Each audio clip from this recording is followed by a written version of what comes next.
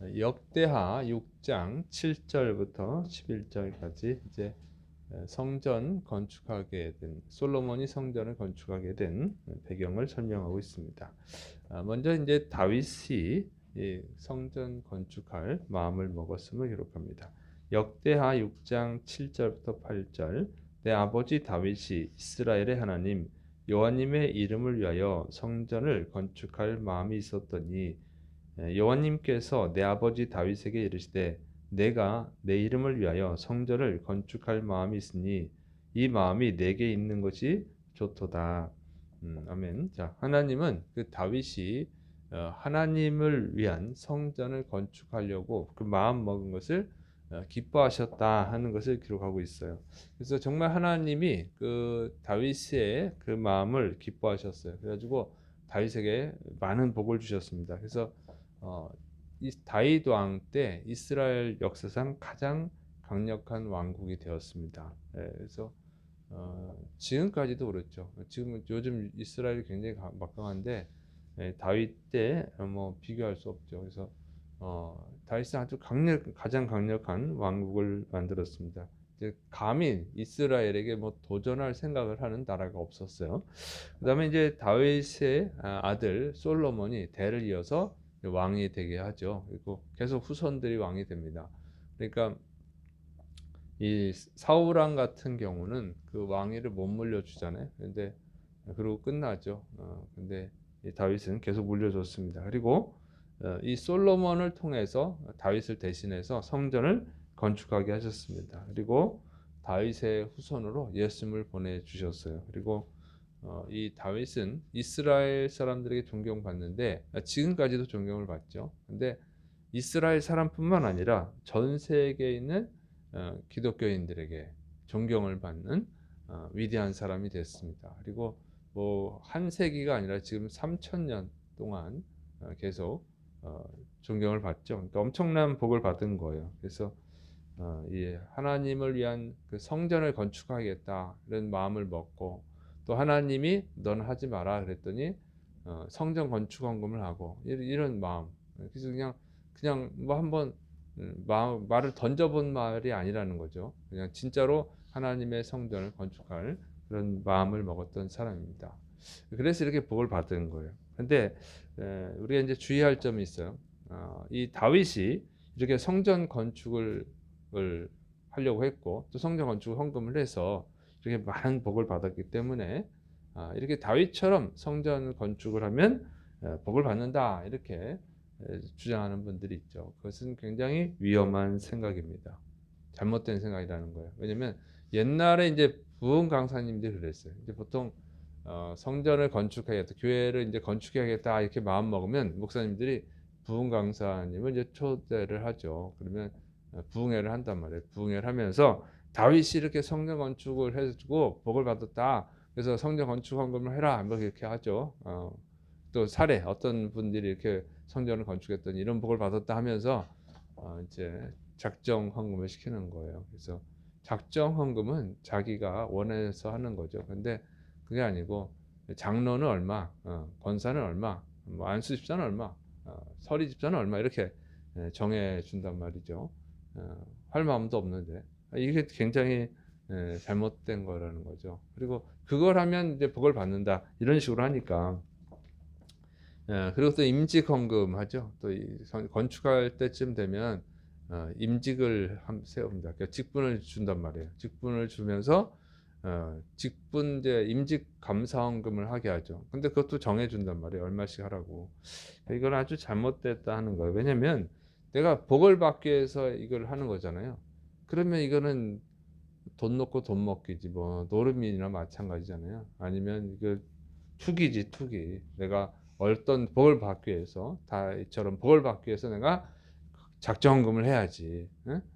뭐 건축헌금을 해야지, 임직헌금을 해야지 이런 식이 되는 거니까 그건 아주 이 세속주의죠. 물질만능주의. 이 더러운 거예요. 하나님 보실 때 아주 기분 나쁜 거죠.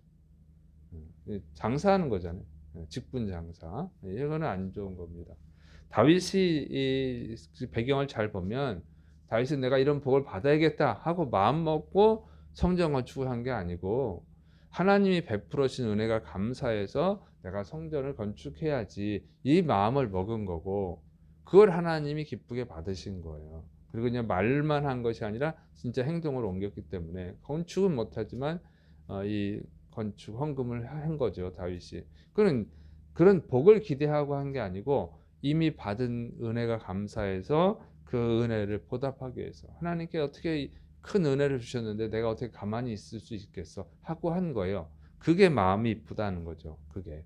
근데 예, 무슨 부흥 강사가 했던 뭐 교회에서 어떤 임직을 그러니까 직분을 주겠다고 하면서 했던 그 하는 것은 좋은 게 아닌 거죠. 근데 내가 그냥 순수하게 내가 이미 받은 은혜에 감사해서 내가 하나님에서 뭔가를 해야지 하고 해야 그것은 하나님이 받으시는 겁니다. 그리고 그건 복을 기대하지 말아야지. 아무런 그런 복을 기대하고 하면 이미 틀린 거예요. 그게 순수함이 없잖아요. 그죠? 뭔가 복을 기대한다는 것은 잘못된 거예요. 그래서 내가 이미 받은 은혜 감사해서 그냥 하는 거지. 그러면 거기에 또 복을 주시죠. 하나님 물론 복을 주시는데, 복을 기대하면서 하는 것과 복을 기대하지 않고 정말 순수하게 감사해서 하는 것은 전혀 다른 거예요. 그러면 하나님 기뻐하신다고. 기뻐하시니까 이제 복을 주시지만, 근데 이게 복을 기대하면 하나님 복을 안 주신단 말이에요. 그리고 복을 안 주시면 어떻게 해요? 이 사람은 아니 복 준다는데, 복 준다고 그래서 했는데 복을 못 받았네. 그러면 어떻게 합니까? 이제 원망이 나오고 불평이 나오고 괜히 했네 후회가 나오고, 이게 아주 안 좋잖아요. 응? 근데 아무런 복을 기대 안 했어. 근데 하나님이 꼭 복을 이게 물질적으로 주는 게 아니잖아요. 영적으로 또 주시고 그런단 말이에요. 그러면 기대를 안 한 사람은 어떻게 합니까? 아우 감사하다. 또 감사하죠. 내가 감사해서 하나님께 이 건축헌금했는데 하나님이 또 내가 생각지도 않은 복을 주셔서 그럼 또 감사하잖아요. 이게 정말 아무것도 기대하지 않고 순수하게 하는 사람은 계속 감사한 일이 생기는 거예요. 그러나 이 뭔가 기대하고 한 사람은 이게 이제 문제가 생기는 것입니다. 설령 그렇게 받은 복을 받는다 할지라도 문제가 또 있어요. 어? 아, 내가 이 건축 헌금을 하면 하나님이, 내가 100만 원을 하면 하나님이 1000만 원 주시겠지? 1000만 원 주셨어요. 뭐 이 5천만 원 줄 수도 있죠. 어, 경우에 따른 그럴 수가 있어요. 왜냐하면 하나님이 그 사람에게 믿음을 갖게 하기 위해서, 아 하나님 계시구나 하는 것을 갖게 하려고 주는 경우도 있긴 있는데 특별한 경우예요. 근데 그렇게 가지면 또 뭐가 문제냐면 이 사람의 믿음이 그렇게 돼버린단 말이에요. 아 이게 뭘 내야 하나님이 주시는구나. 그러면 이제 기복신앙이 되는 거예요. 그럼 그 사람은 계속 순수하지 않을 수 있어요. 이게 문제가 되는 거예요. 그래서 하나님께 뭔가 기대하면 안 된다는 거예요. 영적인 거 기대하세요. 영적인 거 기대하면 됐습니다. 내 믿음이 성장하고 그러면 괜찮은데, 가장 좋은 것은 뭐냐면 아무것도 기대하지 마세요. 이미 베풀어 주시는데, 감사라고 하는 거잖아요. 감사를 하면서 누가 기대를 합니까? 그죠? 감사를 하면서 기대한다는 건 문제가 있는 거잖아요. 감사하는 것은 내가 받은 은혜에 감사하는 건데 뭘 기대합니까? 아무것도 기대하지 말아야지. 그런데 그럴 때 또 하나님이 은혜를 주시는 거예요. 어떤 은혜를 줄지 모르지만 어쨌든 하나님 은혜 주십니다. 그렇게 할 때에 그 헌금이 하나님이 정말 받으시는 헌금이 되고 그 사람에게도 은혜가 넘치고 또 믿음도 성장하는 줄을 믿으시 바랍니다. 어쨌든 이것을 자꾸 이상하게 해석을 해가지고 이 한국 교회가 타락한 거예요. 세속화된 거예요. 다 그냥 성전 건축할 때쯤 되면 임직 세우고 직분자 세우고 작정 헌금 시키고 그러는데 그건 아주 좋지 않습니다. 그래서 할 사람은 작정 헌금 자기 알아서 하면 되고, 성경은 그렇게 돼 있어요. 이제 성전 건축하겠다, 성막 건축하겠다, 마음이 자원하는 사람은 헌금해라 이렇게 하고 끝나지 얼마씩 해라 이렇게 하는 것은 아주 잘못된 것이다 하는 거예요. 자, 그다음에 이제 이 성전 건축 이제 다 솔로몬이 자기가 이제 하나님이 약속하신 것을 완수했음을 기록합니다. 역대하 6장 9절부터 10절.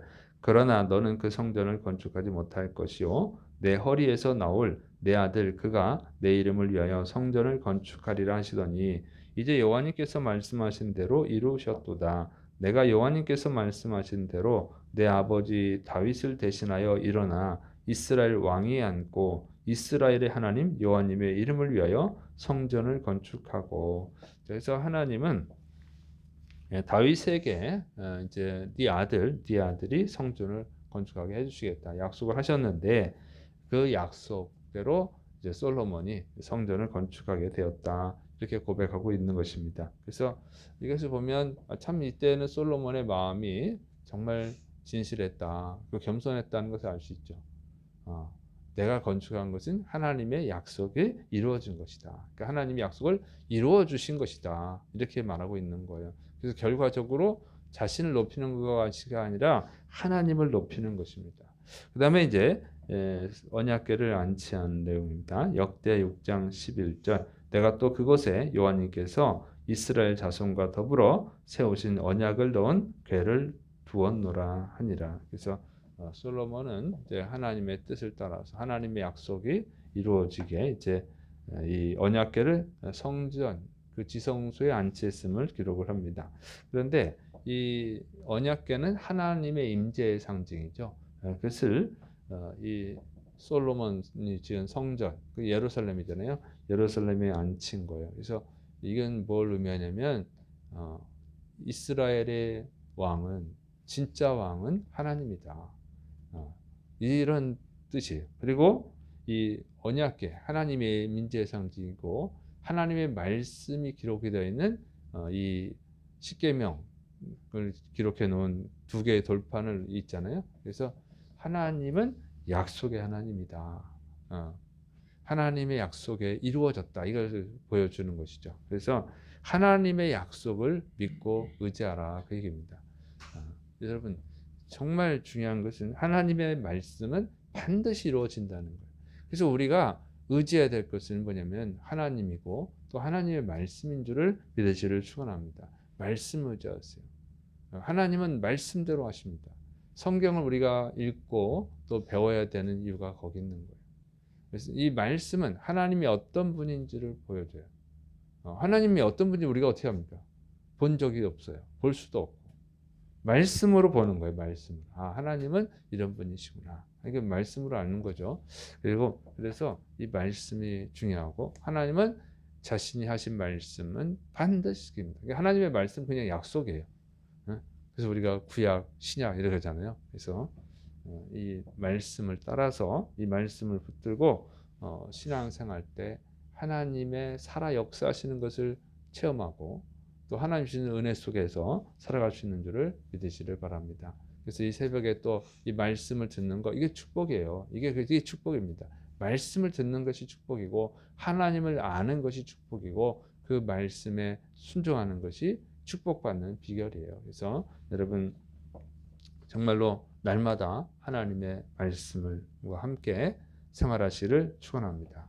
기도하겠습니다. 사랑이 많으신 하나님 아버지, 우리에게 이 생명의 말씀을 주셨사오니 감사를 드립니다. 이 말씀 붙들고 오늘 하루를 살아가고 또 하나님께 영광 돌리게 하여 주옵소서. 또 주님이 다시 오신다는 약속이 반드시 이루어질 줄로 믿습니다. 그날에 주님을 기쁨으로 맞이하는 믿음의 사람들이 되게 하여 주옵소서. 주께서 이루심 믿고 예수님의 이름으로 감사하며 기도드립니다. 아멘.